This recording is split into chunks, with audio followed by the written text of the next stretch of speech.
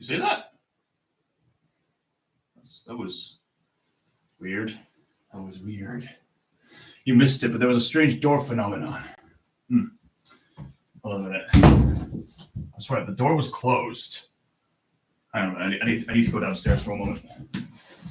Where was it? Where was it?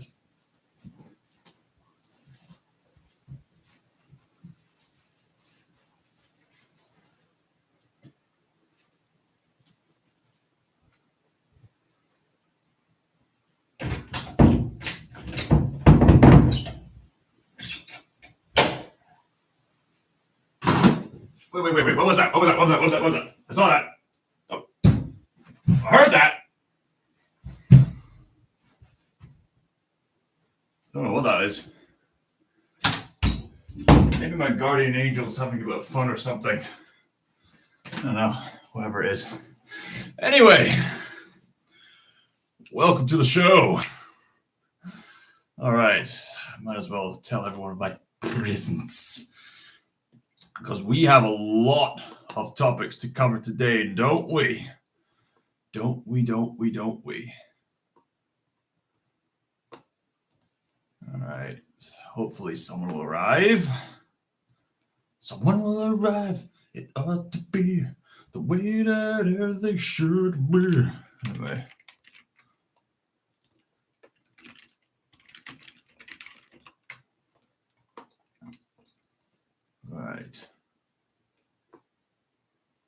All right, just gonna do stuff like. All right, make sure I do all that stuff. Okay, we should be good to go. And live now. Bada bing.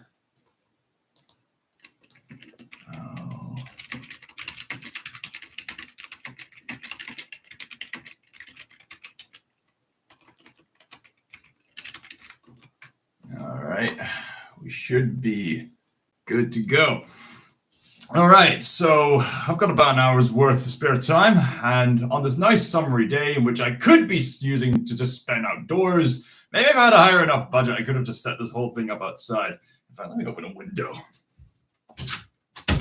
As you look at my tootie, staring at the tootie. In other news, I sustained an injury. Elbows it. Papa's gonna go to work. Yeah, I'd say that should be fine. Anyway. Boop. Just gonna enjoy my nice tea.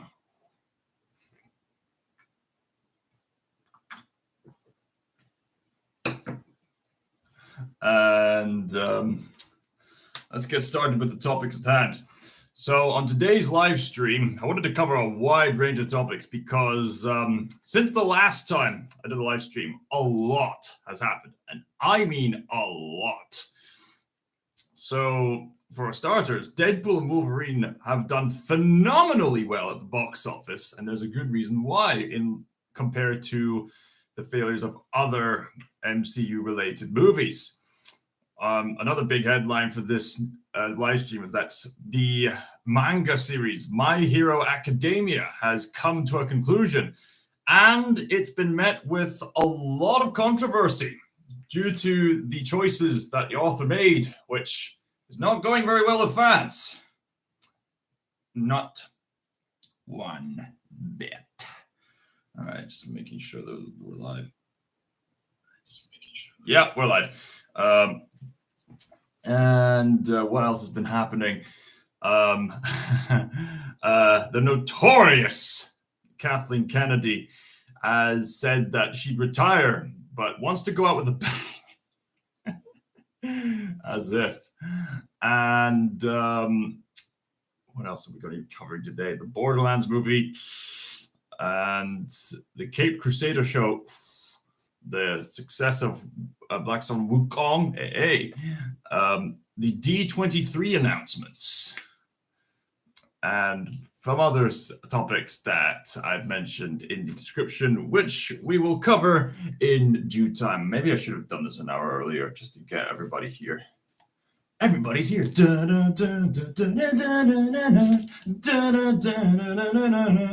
for listening.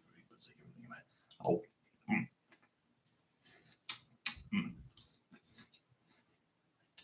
Good fruit. Good flavor.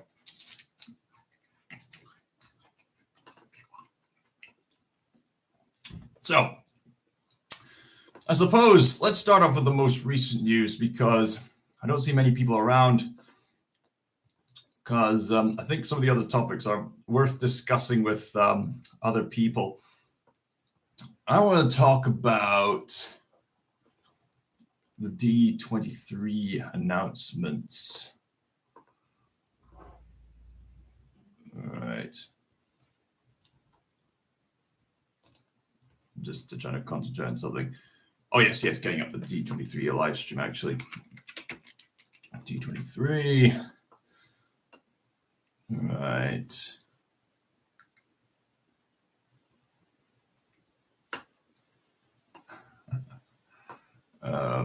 Here it is. Here we go. Plus, there having been plenty of sequel announcements. There's been a surprising amount of original content. So let's take a look at it, actually. So the video in question that I'm using to refer to D23 is this video right. Hold on a minute. Right hither. So that should be, yep. Okay, that should be the right video. Yep. So in this video for D23, the following projects had been announced. So Moana 2 has been announced. Zootopia 2 has been announced, or Zootropolis 2, because the UK and the USA have a very strange naming thing when it comes to the Professor Layton franchise and the Zootropolis Topia series. Seriously, do we not speak American? Is that the problem? We just lack an ability to speak American. Is that the problem? There was also, for better or for worse, Frozen 3. Thanos' words. It was inevitable. Okay, so there's Dream Productions, whatever that is. Elio, that seems to be an original film. Elio, the new Disney Pixar movie. All right, something original. Okay, I'm looking forward to seeing that. Hoppers, another Disney Pixar film. Okay, hopefully that'll turn out well. Toy Story 5. Really? There was also The Incredibles 3. I think that was the biggest hype announcement of the bunch, if you ask me. So much so that this particular video by Screen Brief has put The Incredibles 3 announcement as a thumbnail. So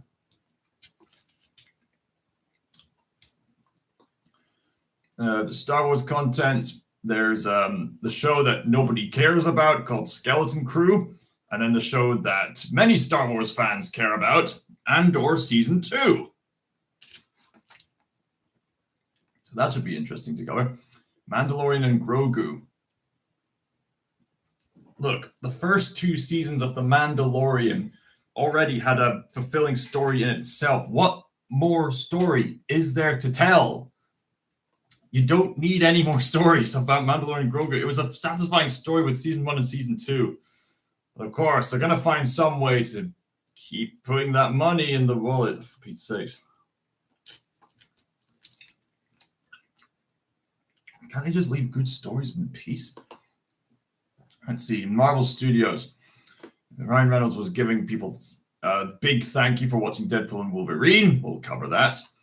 And there's been an announcement of Captain America Brave New World, where Captain Falcon is Captain America now. I'm just going to keep calling him Captain Falcon. Fantastic Four, First Steps. It looks like it's going in a similar direction to WandaVision. In a way, it's got that sort of 40s vibe. Something does remind me of the opening sequence from Monsters, Inc., actually.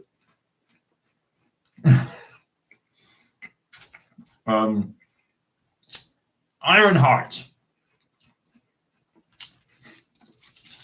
Guys, Ironheart's here.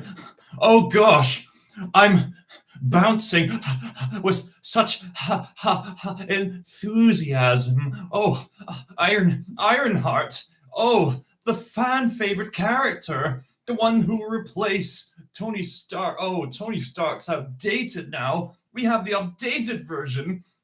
Ironheart, she's more diverse. She doesn't have problems to overcome. She's a narcissist. That show's gonna flop, I'm just saying. Daredevil Born Again. Look at the bicycle, my boy. Well, presumably. I mean, Daredevil Born Again, it might work. It might, but I have my doubts. I have watched the first season of Daredevil at last, thanks to the insistence of my friend Squid Bear. I've been going through the first several episodes of season 2, and yeah, I could definitely see why many people adore that Daredevil show. The Daredevil show is probably the only Marvel TV show that's worth watching, if you ask me. From what I've seen. Okay. Right. Did this show really need to be made? Did it really need to be made? They're just cashing in on WandaVision. Come on.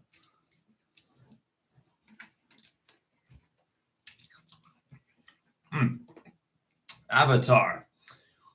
I think was it called Fire and Ash? I think the third Avatar film is called Avatar Fire and Ash. James Cameron's working on it.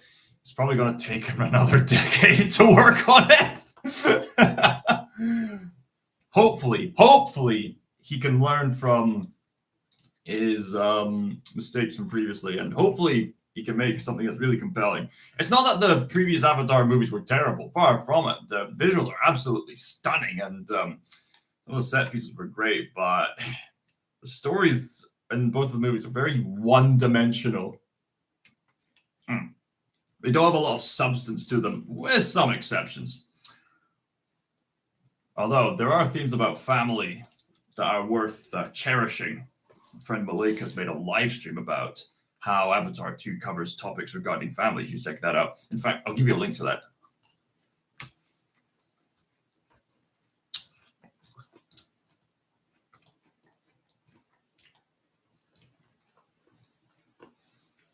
All right, where is it? Where is it?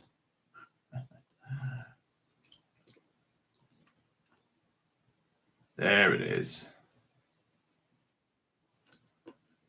Yeah, okay. Copying that one and then place it here. Video about Avatar 2. That's a brief reference to my landlord character. Now, speaking of the landlord character, I recently got a comment on my Comic-Con video that apparently I was so convincing as a weed addict that one person who commented actually thought I was actually selling weed. That's how convincing I was. I find that so funny. So going back to this, Freakier Friday. Freakier Friday. I mean, Freaky Friday tends to work as its own standalone movie, but, well, I guess we'll see where it goes.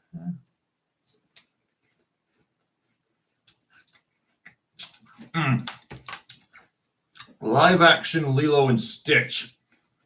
I mean, Stitch doesn't look too bad for a CGI model. Looks pretty faithful to the original while still having the CGI effect.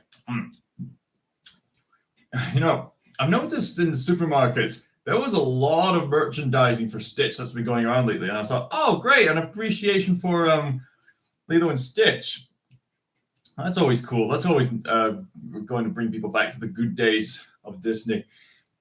But then when this announcement came out, it made me realize, hang on, wait a minute. Is Disney trying to churn out Stitch merchandising just to cash in on the upcoming Lilo and Stitch live action remake, or to potentially fund it?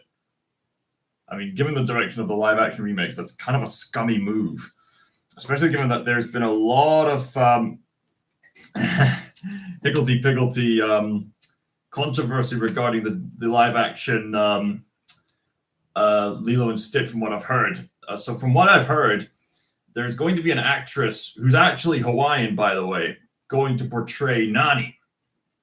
But the problem is, it's not actually a problem. It really shouldn't be a problem if she's actually Hawaiian. But apparently, she's getting lashback from fans because she's too white to be Hawaiian, even though she's actually Hawaiian.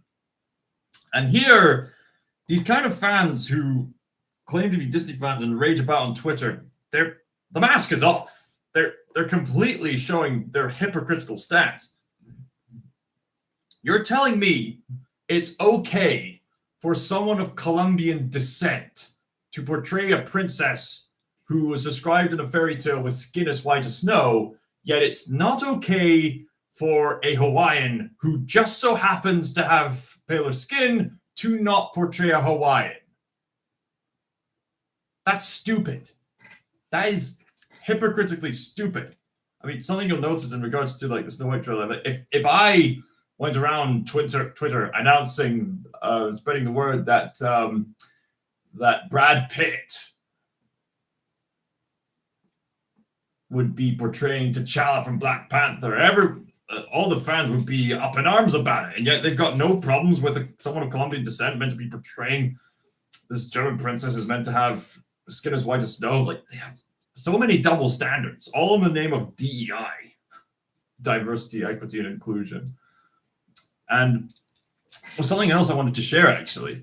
I'm going to bring the article up. Where was it? Yes, here it is.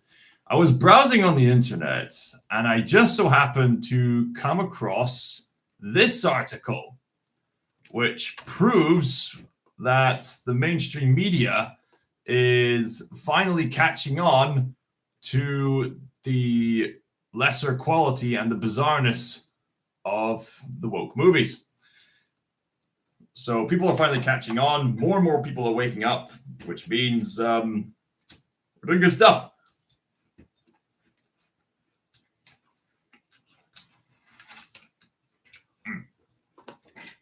What else is there to cover here? Tron Ares. Yes. I know my friend Brooks is a kind of a Tron fan. I've yet to see the original Tron film, but Tron Legacy was quite an investing film.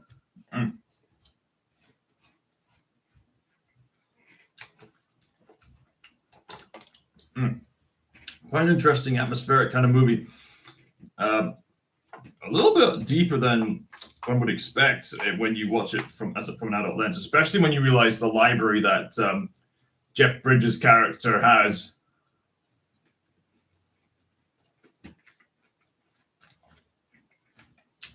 And then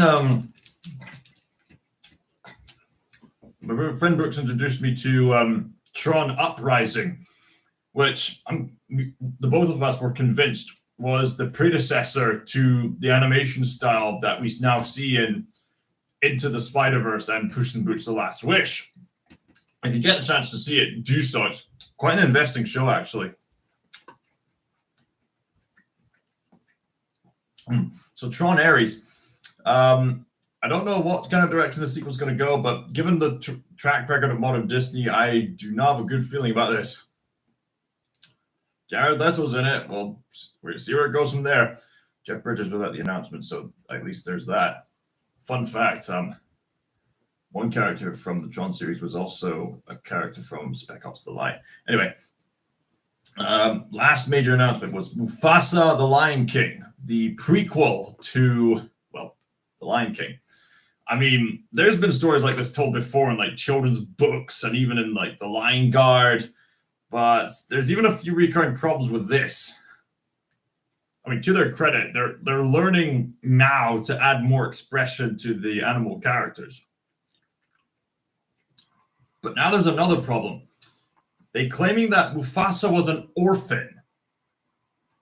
What? What do you mean Mufasa was an orphan? If Mufasa was an orphan adopted by the royal family, that completely undoes the entire plot of The Lion King. Remember, Scar was jealous of Mufasa because Mufasa was the older brother. As the older brother, he was in line to be king. But because Mufasa was, according to this storyline, not originally king, not as because he's not originally part of the royal bloodline, since he's not originally a prince, that means he has no right to inherit the Pride Rock throne to be king. Unless there's a plot twist that he was the long-lost relative of the royal family, this kind of adaptation doesn't make any sense.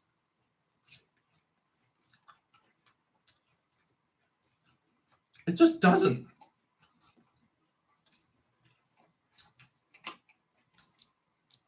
Oh, yes. Something I forgot to mention. Toy Story 5, yeah, it's a cash grab. It's an absolute cash grab. Toy Story 3 was already a satisfying conclusion to the series. So Toy Story 4 was pretty much a cherry on top, which I didn't expect to be as good as it was. Toy Story 5? Like, they're seriously planning to continue on the story of Woody, Jesse, and Buzz? Why? What more story is there to tell? You've concluded the series twice now. What more story is there to tell? You've already said that your big dramatic goodbyes twice. You intend to do it thrice? Come on.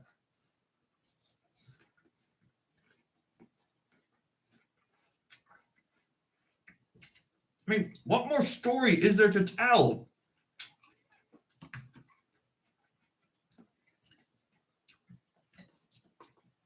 There really isn't that much more story to tell. It's, I mean, perhaps a better direction. I mean, this film's not coming out until 2026, but if for some reason someone at the higher ups hears me, I think a constructive direction for the Toy Story franchise would be to have a new cast of characters, a new set of toys, maybe even toys we've met from like previous films or something like that, and have them be the main characters. Have them have their own adventures. That way it could be a new generational thing. Toy Story 5 could work if it's not about Woody, Jesse, and Buzz. But by the looks of the announcement, it looks like Toy Story 5 is going to be about Woody, Jesse, and Buzz. Like, why? You've already concluded their stories twice. You intend to do it thrice? Like, what more is there to tell? I mean, I was surprised that Toy Story 4 was pretty good, and the Toy Story franchise as a whole has not had a single bad movie. But at the same time, Toy Story 5... What is there to do? Okay, Pixar, you had better have a good reason to make Toy Story 5 that doesn't orient itself around, we've got to have money. I love that meme. We've got to have money. Also, The Incredibles 3 has been announced. And there's some mixed feelings about that because, on the one hand, The Incredibles 1 is great. The Incredibles 2 is not a bad film. It's not. I mean, I would happily watch it again, but Incredibles 2 is definitely of lesser quality when compared to the first Incredibles movie. So hopefully Brad Bird gets his act together and learns from the constructive criticism regarding Incredibles 2. Hopefully he can make a more compelling villain and maybe raise the stakes a little bit more for The Incredibles 3. I think if he does something like that, I think we're in for another great film. Again, The Incredibles 2, not a bad film. It's just lesser quality. I mean, I recently did upload a short about The Incredibles 3 announcements where basically I was trying to portray the opinion of the fans given the state of Incredibles 2, but also the corporate hypocrisy of modern Disney. I had the clip of Hawkeye saying, "Don't give me hope." Just because Incredibles 3 could be successful. It might not. I mean, to be fair, Pete Docter has earned his role as the CEO announcer of the Pixar brand as a whole, even though he's been kind of selling out as of late. And Inside Out 2 was actually good. I'd say Inside Out 2 was one of the best films of this year. One of the top 5 even. Yeah, it's just something to keep in mind. Incredibles 3 could go either way. So other than that, Pixar is making a few new original films, so we'll see what direction they go. So enough about D23. Let's talk about My Hero Academia. All right, I think it's just as well there's not many people watching this live stream at the moment. So My Hero Academia, as you know, is probably one of the most popular shonen anime of the day. It's basically a superhero story set in Japan. I mean, of course, the whole superhero genre. I mean, there's been various forms of. I mean, every generation is going to have some fictional hero worth looking up to, and they're all inspired by different stories from the past.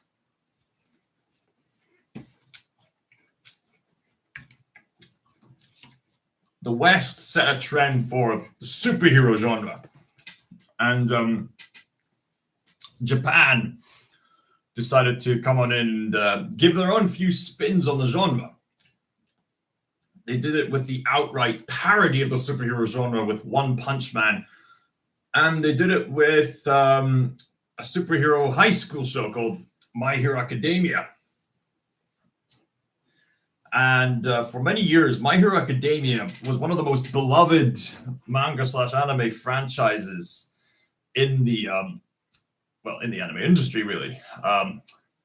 Although the series as a whole has met its fair share of controversies, mainly in regards to the toxicity of the fan base. It's kind of a shame, really, what happens when toxic fans invade particular fandoms. It's like a cancer; it can really eat it from the inside out. And I've heard that the fan base for My Hero Academia can be pretty toxic with their notorious habit of constant shipping, even for different characters that don't make sense to be shipped. And oh boy, there may have been something the author did to not pull in these kind of fans, but hey, given the author's optimistic tone, something tells me it wasn't his fault. This was just something that happened with the fan base, so it's kind of a shame. But basically, for those of you who don't know, My Hero Academia tells the story of young Midoriya, aka Deku, who lives in a world where about 80% of the population has superpowers. This isn't like X-Men where this minority has superpowers. This is a world where almost everyone has a superpower. That's just been scientifically grown in nature, and it's a gift that people can use for various purposes. And so people started this superhero industry business and a whole education system to train up superheroes. And Deku, or Midoriya, Izuku Midoriya, is someone living in Japan who looks up to All Might. But unfortunately, Izuku Midoriya does not have a quirk himself. But one day, after saving his own school bully, Bakugo, All Might notices and gives Midoriya a chance to be a superhero. He gets Izuku Midoriya to train hard in preparation for this power that All Might's going to pass down to him. And after training really hard, he manages to earn the right to inherit All Might's power because he has the right characteristics to inherit it. So what is the superpower? The superpower is known as One for All. Basically, the way the quirk, superpowers are called quirks. The way the quirk works is that the person with the power has all these cool superpowers and stuff like that, and then passes it on to the next generation. The next generation inherits those powers and stuff like that. Talking about how terrible the ending was, I see. Yeah. Welcome on board, Evan Prince, a good friend of mine. Yeah, we're building up to that. Yeah, the ending. So basically, long story short, Izuku Midoriya inherits the power from All Might, and he does pretty well. I mean,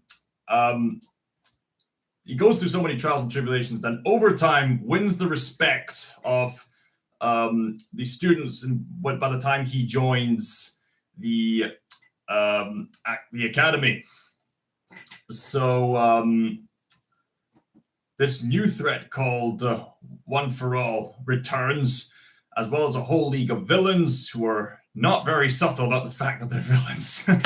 It's just one of those things you just kind of have to go with.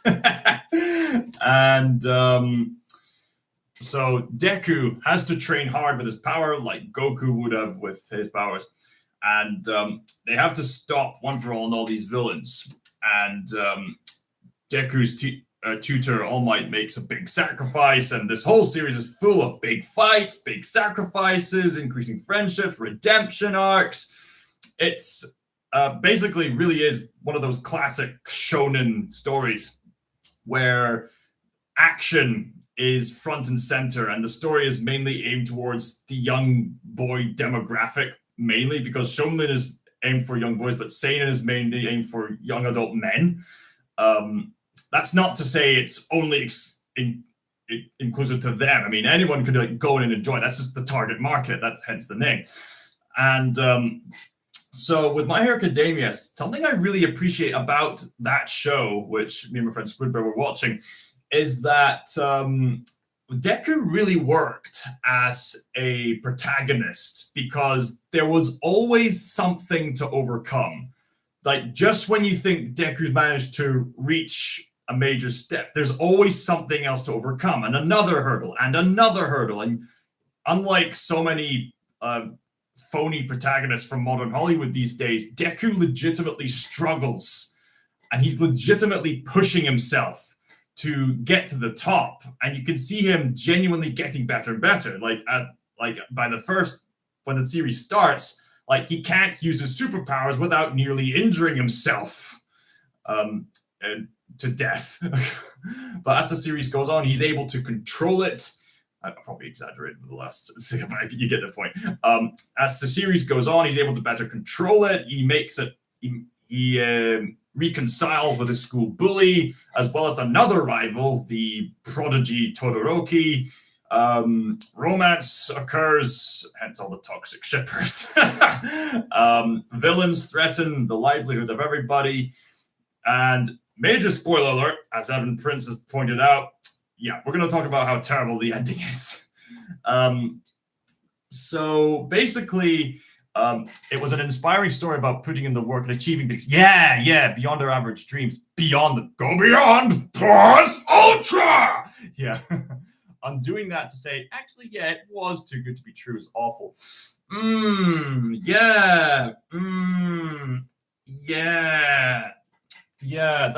That's one of the reasons why it sucked. So, spoiler alert. If you don't want the story of My Hero Academia spoiled, leave now. But if you don't mind spoiling, here we go. So, Deku makes the ultimate sacrifice to sacrifice his all-for-one superpowers and basically becomes the average Joe. And apparently he doesn't make contact with his high school friends for an extended period of time. He becomes a teacher and works at a fast food place, at least according to recent merchandising. So yeah, the whole series did have this tone of going beyond it. Like, that was, like I mentioned earlier, Deku was constantly overcoming new obstacles. And the main catchphrase said by All Might himself was, "Go beyond, plus ultra!" Like, plus ultra. It's the equivalent of to infinity and beyond from the Toy Story franchise. He doesn't work at a fast food place. That's an internet joke because he's a wagey teacher at school. Yeah, that's what it was. Because there was this recent advert for Deku, like, selling fast food. Yeah, so that's just become like this meme joke. Yeah, that's what it was. Yeah. I did watch that video of the meme education just to fill in on what's going on. He went from being a hero to a 9 to 5. Working 9 till 5. What a way to make a living. Pretty much.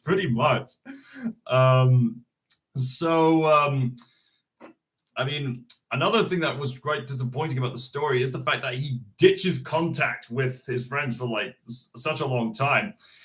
I mean, on the one hand, like, I can understand why the author went for this direction for several reasons. Number one, it's explained that in the Japanese culture, having the rank of a teacher, which Deku embraces by the end of the story, is actually a very honorable position to be in. So, and especially given that Deku spends a lot of his time like researching, reading, even to the point of frequently mumbling to himself, and that's described as an annoying character habit. That's just part of his character. He's constantly analyzing, constantly studying, so he has the knowledge that he'd be willing to share with people. So, like, in one sense, it's not all for nothing, and being a teacher is an honorable position in Japan. And that plot point about him not contacting his friends for such a long time, it's sad, but it's true in life. Sometimes bridges get burnt. And it happens. I know plenty of people from like primary school days, high school days, and I don't really get in contact with them as often as I used to. And it just happens. Life goes on, you get busy, and you get so occupied, you don't make the effort to contact them back. And it's sad, but it's true. And I will give credit to the author of My Hero Academia.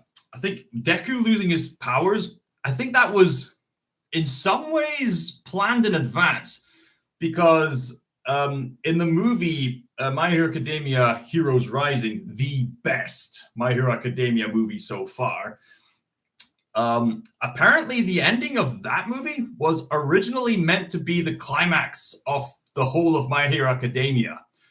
It was originally meant to end with Deku making the ultimate sacrifice of giving the all-for-one power to his school bully Bakugo, and then using the last remnants of his power with Bakugo to fight off a major threat.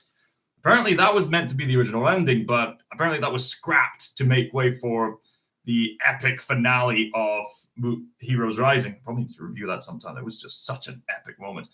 Yeah, could you imagine how awful that would have been? I mean, that particular scene in Heroes Rising is just so awesome, with the really epic, slow choir version of the You Say Run theme, which is called Might Plus You. It's just a really epic song if you get the chance to hear it. Somehow that original idea is worse. It's worse than the one they went with. Well, in the hero movie Heroes Rising, as it turns out, the transition between giving the quirk to Bakugo was only a temporary run. It didn't go all the way, so Deku was able to keep his powers. So I guess it was a scrapped idea that was turned into this epic finale for this film, and fans to this day are debating whether Heroes Rising is meant to be canon or not. And I can see why. Yeah, the scene is incredibly, utterly breathtaking. But the idea of that One For All chose not to stay with Bakugo was such a good write. Yeah. I think that was for the better. That decision was for the better. But hey, I guess that happens. All Might implies the quirk chose to stay with Deku. Yeah, that's right, because the quirk has a consciousness of its own, because it inhabits the echoes of the consciousnesses of the previous and people who inhabited it, which undoes the true ending even more. Yeah. So basically, a long story short, I can understand why the author went with this ending, but much like the movie, it needed a rewrite. It really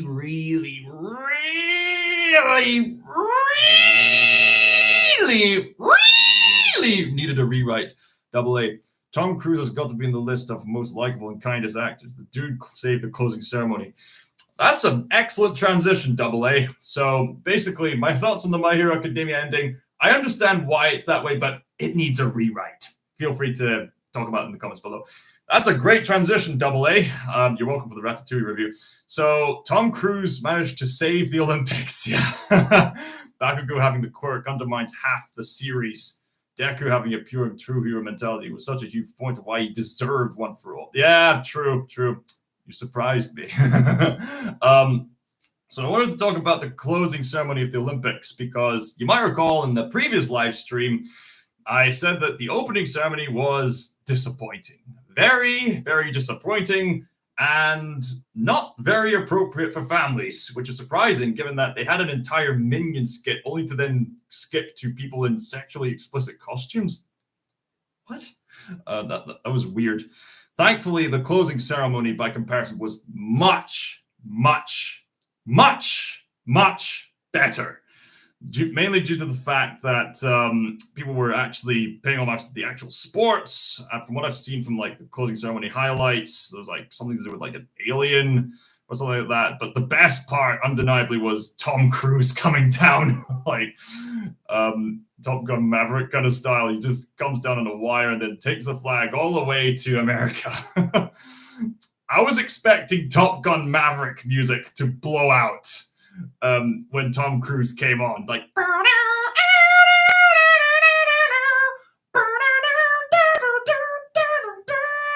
and I should have expected them to play Highway to the Danger Zone. They even played that song previously in one of the sports. It was a missed opportunity. But yeah, I'm glad Tom Cruise saved the day because that opening ceremony was awful, with some exceptions. Like, seriously, they were a bit too obsessed with the French Revolution. People were debating, talking about the White Horseman probably representing the Antichrist, but hey ho, I don't claim to be an expert on that. If it's that quick to get to America from Europe, then I want in on it. Yeah. Forget like the several hour flight from Europe to America. No, it can happen in a matter of seconds. Why aren't we instant? You must have like a teleportation device.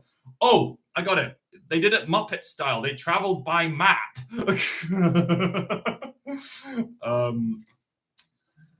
Thank you, Tom Cruise, for being awesome and for saving the Olympics. Speaking of the Olympics, there's a few events I wanted to talk about. There was actually someone here from Inverness who took part in this Harriers running group at the Leisure Centre, and she actually managed to make it into the Olympics. Yeah, someone in Inverness literally made it into the Olympics to run the 2,000-meter race. She limped behind at the finales, but to be fair, she was competing against the best in the world. It was amazing she even got in the first place. And hey, someone from the home turf made it to the Olympics.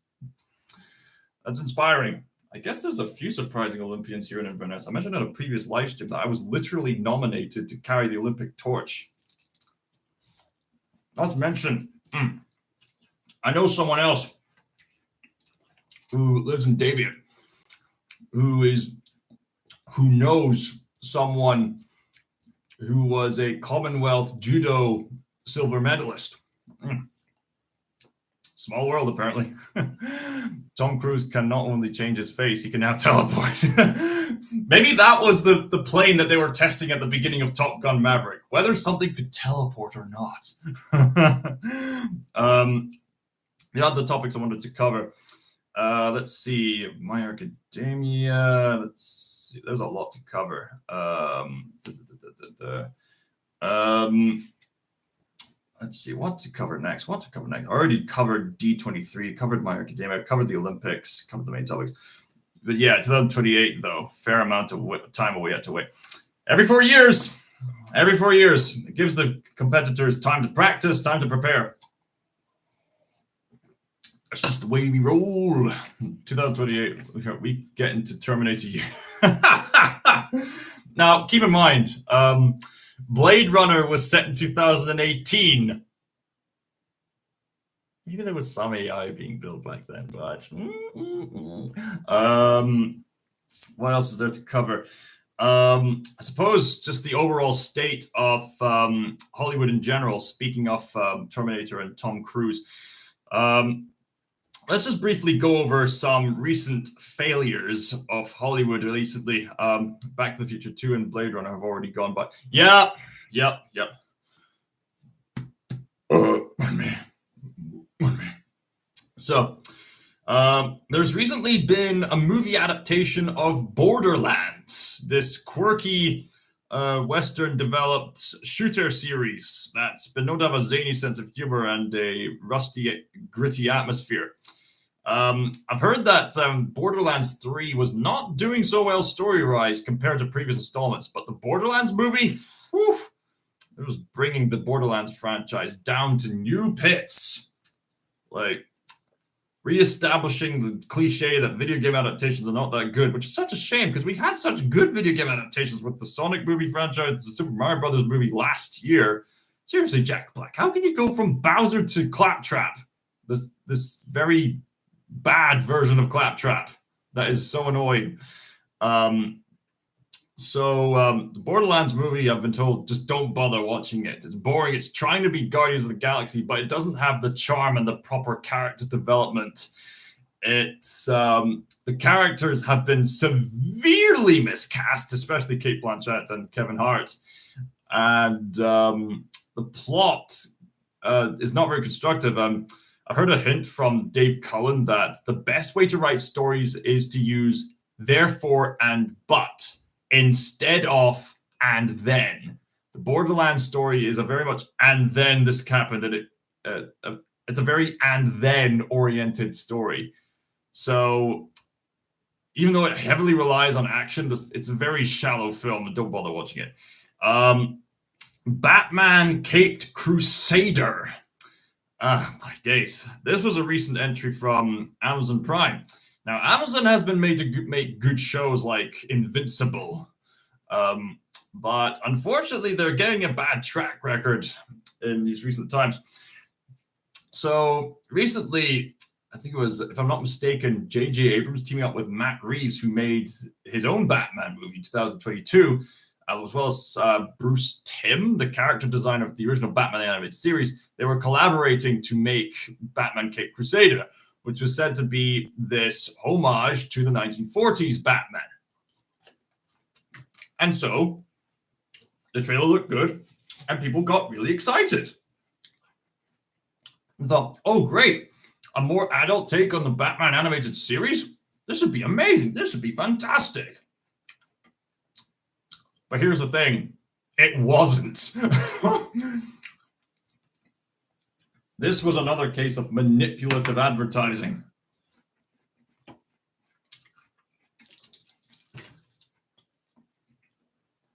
So the problems began to begin. Does that make grammatic sense? The problems began to begin. Batman began.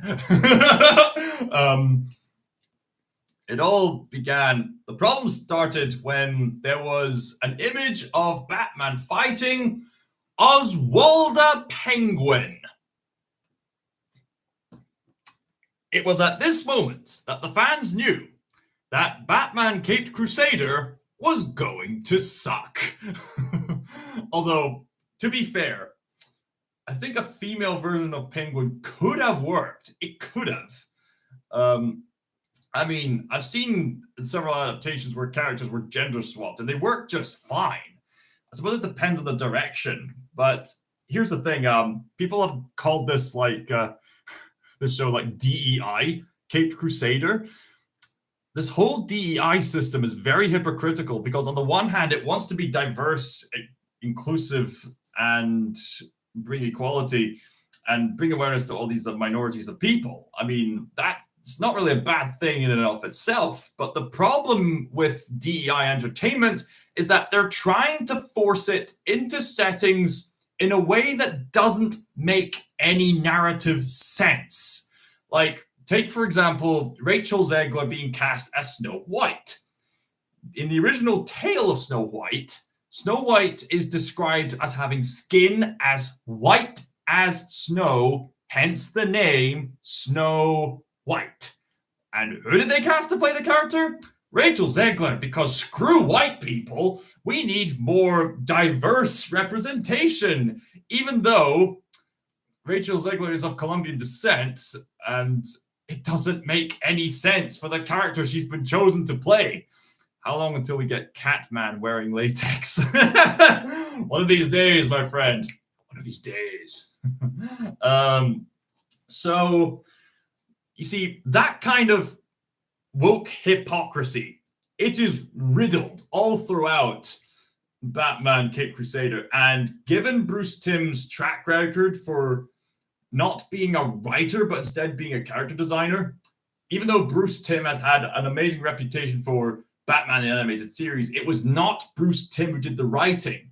That belonged to Paul Dini. Paul Dini was the writer behind the successful Batman the Animated Series, and Bruce Timm was being held back. And looking back now, for good reason. Paul Dini is the Batman writer. He wrote the animated series. He wrote the first two Arkham games. He's the go-to Batman writer. Bruce Timm is not. So next time you hear Bruce Timm being in charge of writing, it's a trap. Yes, Bruce Timm was in charge, was the character designer for Batman the Animated Series, a successful show, but that does not mean he has good writing talent. That was clearly seen in like the Killing Joke movie, if I'm not mistaken. That was a lackluster adaptation because the first act sucked, whereas the rest of the film was a mediocre adaptation of the Killing Joke itself. Now you got Caped Crusader, where most of the show doesn't even have Batman in it. Like, it's called Batman, the Caped Crusader, and Batman's hardly in it! Like, what's the point of calling it after a specific character if he's not going to appear? I mean, if you're going to approach it like a horror monster, I guess that would make sense because the trope of horror monsters is that they don't often appear throughout the film. And it would make sense for Batman, but they don't even play into that. Instead, it's just these several ladies sitting in a diner. They should have called this series Diner Ladies, Caped Crusader, or something like that. Or Gotham Diner Ladies. Like, it wasn't even about Batman, it was about the Diner Ladies. And the character development was a bit on the flat side. They have specific depictions of certain characters that would not make sense for a 1940s setting. The thing is, I mean, it looks like it's set in the 1940s, but narratively speaking, it might as well just be set in the modern day. It's pretty much a modern day show with a 1940s coating, not an actual 1940s setting.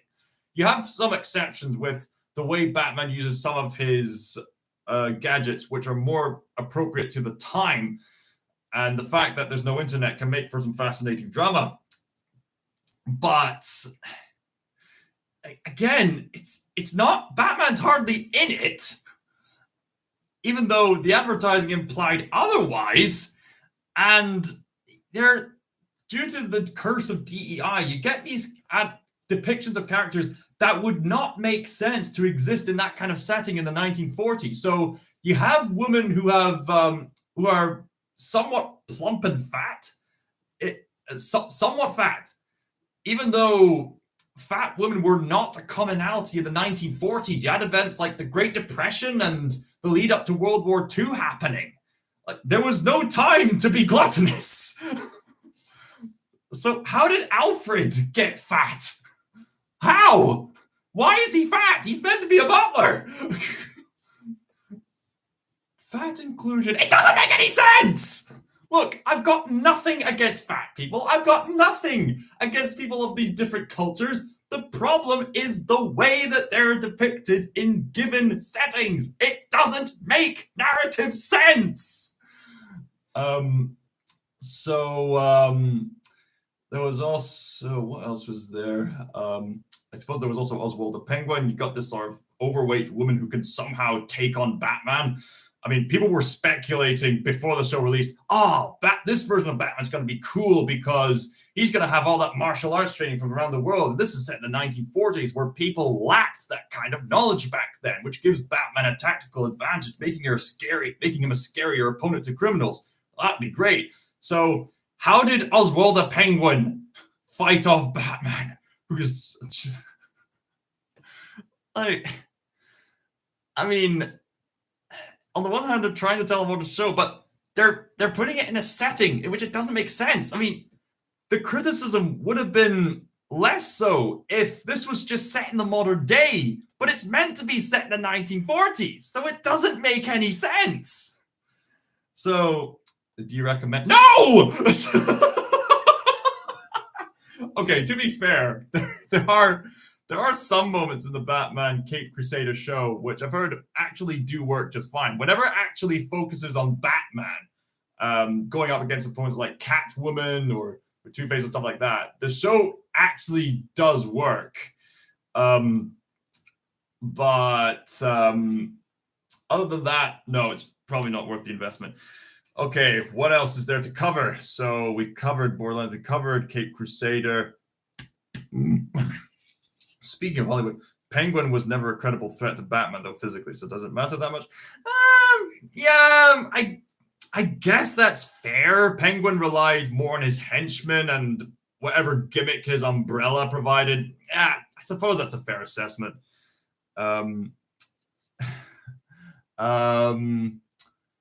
If Bane was a girl, then it's more of an issue. Yeah. I mean, the thing is, it's not impossible for women to take down men. It's just that, bluntly stating, men are biologically built to be physically stronger than women, whereas women have other advantages, like the body fat within women make them more resistant to temperature, and that's an advantage they have over men. Women live longer, women have more immunity against stuff like the cold and stuff like that, which is why men tend to suffer the man flu. Women are far more sociable. Women are better able to women are much better at relating to others compared to men. You know, women have advantages, and if a woman trains hard enough, they could certainly take on men in like the wrestling arenas. I mean, it is possible, but yeah, you're right. If Bane was a girl, then that's gonna be problematic because that wouldn't make too much sense plot-wise. Harley Quinn is a fantastic character. All right, fun fact, Harley Quinn actually originated in Batman the Animated Series. There's a lot of noobs out there who think, she originated from the Suicide Squad movie. Nope. She has a strong sense of emotional intelligence. I suppose that would explain why Harley Quinn was able to be a psychiatrist in the first place, and then went up to Joker, who told her, "Tell me something, dear. Ever had one bad day?" Anyway, speaking of Hollywood in general, another story that's been out lately. Kathleen Kennedy is planning to retire. Kathleen Kennedy is the current head of Lucasfilm Productions. And as you know, her leadership has not gone very well in Star Wars so far. There have been some successes with Disney Star Wars, like Rogue One, the Andor show, the last season of the Clone Wars, and perhaps a few other, and the Mandalorian show. But apart from that, most of the Disney Star Wars stuff has mostly been a failure. Yet, despite all this, Kathleen Kennedy is bold enough to say she's planning to retire, but she wants to go out on a high. I was watching this YouTuber called Jesse Grant, who managed to explain in a recent video that by making that statement, Kathleen Kennedy, whether advertently or not, has admitted that the Star Wars franchise has been of lesser quality under her leadership. She wants to go out on a high. She wants to go out on a high. George must be laughing to himself, thinking the fans wanted him out. The prime example of being careful of what you wish for. Yeah, you never know what you missed until it's gone, I guess. Um, so another speaking of Star Wars, the Star Wars Outlaws game, it's not looking very promising. Um, and yet, despite it having very low quality, um, which and looking to be a very run-of-the-mill mid-tier Ubisoft game, IGN can't stop themselves from hyping it up. And good grief, the way they hype it up is so ridiculous. They have footage showing the game's lesser quality, including this ridiculous explosion scene, like the grenade that was said to detonate an entire place. The character just survives that at blank range.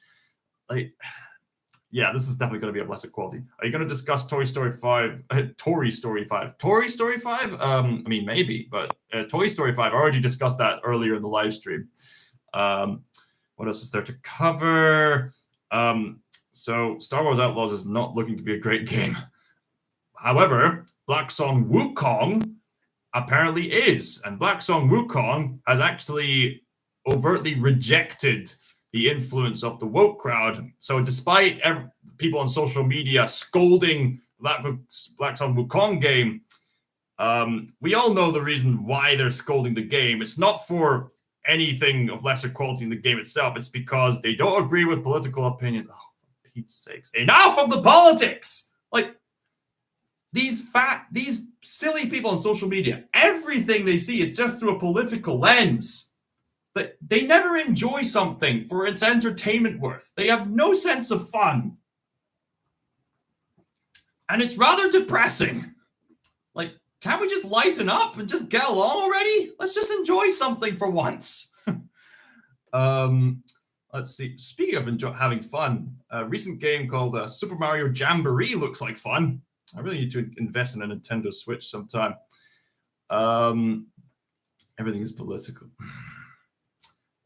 Sad but true. Sad but true. Anyway, what else is there to cover? I suppose I should mention the impact of Deadpool and Wolverine because that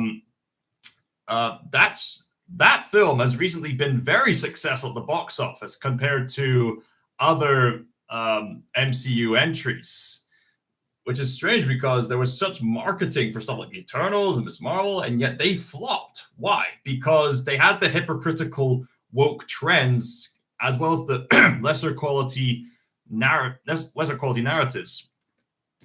Hello. Sorry, Brooks, you missed out on quite a lot, including me describing my thoughts on the My Hero Academia. But you can rewatch the live stream. I'm about to end it. But just going over it quickly. So Deadpool and Wolverine's made quite the impact, I've noticed. So why did Deadpool and Wolverine succeed where all these other MCU entries failed? Mainly because Deadpool and Wolverine actually gave people what they wanted. Like, guys, it's not that complicated. Look, we're not jerks who are trying to exclude these certain cultures of people. All we want is good entertainment. And that's what Deadpool and Wolverine provided. I mean, say what you want about the film, but it's giving people what they actually want. They want good entertainment. They want strong men being good heroes. They want a fair bit of strong women as well. You know, men and women being actual equals instead of the men being talked down to all the time. So Deadpool and Wolverine is, not to mention the 2000s nostalgia that Deadpool and Wolverine is putting in.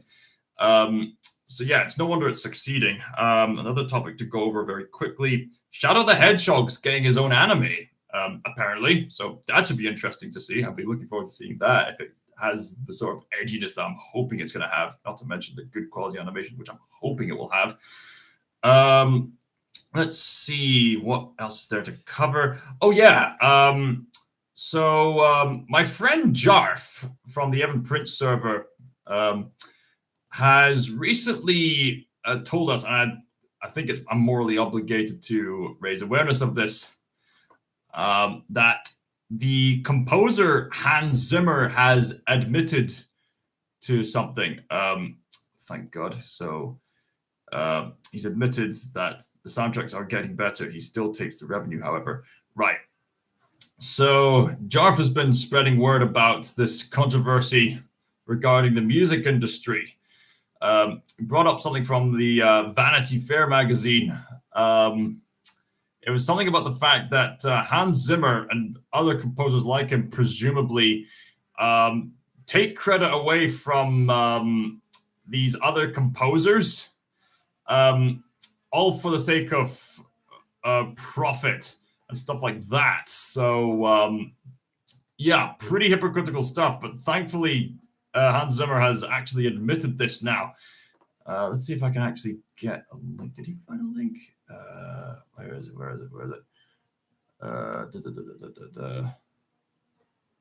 No. Don't have much time left. Let's see. Where is it? Announcements. Right. So I guess the article he brought up says, and I quote, "With back-end royalties dwindling or cut out the equation entirely, there's a growing feeling of disgruntlement in the vast community of additional and ghost composers who fuel the Hollywood music studios.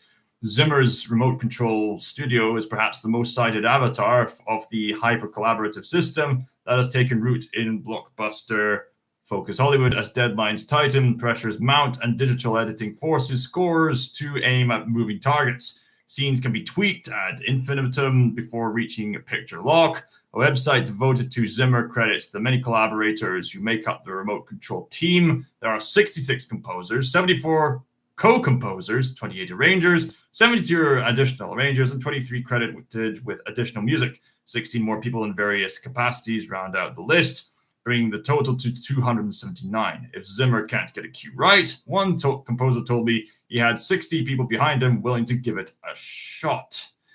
I wondered why Hans Zimmer does everything these days.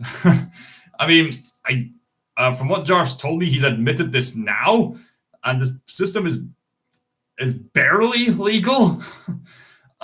This whole system could have been avoided if Hans Zimmer was just running a company that just so happened to have all the talent in there. And Hans Zimmer still makes some good original songs, and I love listening to Hans Zimmer's tunes. But wow, this was kind of heartbreaking and a wee bit alarming to learn about. Yikes. So there you go. I just thought I'd spread word about that. Shout out to Jarf. He's a passionate for music, so I just thought I'd do him a favor just to raise awareness of that. Other things that I should mention before I go. Let's see. I've written this down here. Let's see. I suppose I could go on about that Mr. Beast controversy about how he's being called out as a scam and went from wanting to spread the faith to allegedly declaring himself as a god. But I guess that's a topic for another time. Let's see. Yeah, that seems to be just about everything. So people are finally being aware of the hypocrisies of the woke culture, which is such a great thing to hear. Hollywood is still being greedy, but at least more people are aware of that now. And My Hero Academia has ended, much to everyone's dismay as to exactly how it ended. So, for those of you who missed certain topics, feel free to watch this hour and 10-minute or so live stream again. And let me know your thoughts on these topics and comments in the comment section down below. Feel free to mention anything else in the live chat whilst I'm still here, but I'm going to help out very soon. But yeah, the comment section, feel free to just mention anything. So I'll need to head off soon. Why am I rambling on in circles? It's a nice summery day. It's a beautiful day. The sun is shining. All right. Thank you all so much for watching and for tuning in. And what's the solution to all this? Just tell better stories. Spread the love. Let's go on to Thinker signing out. Bye.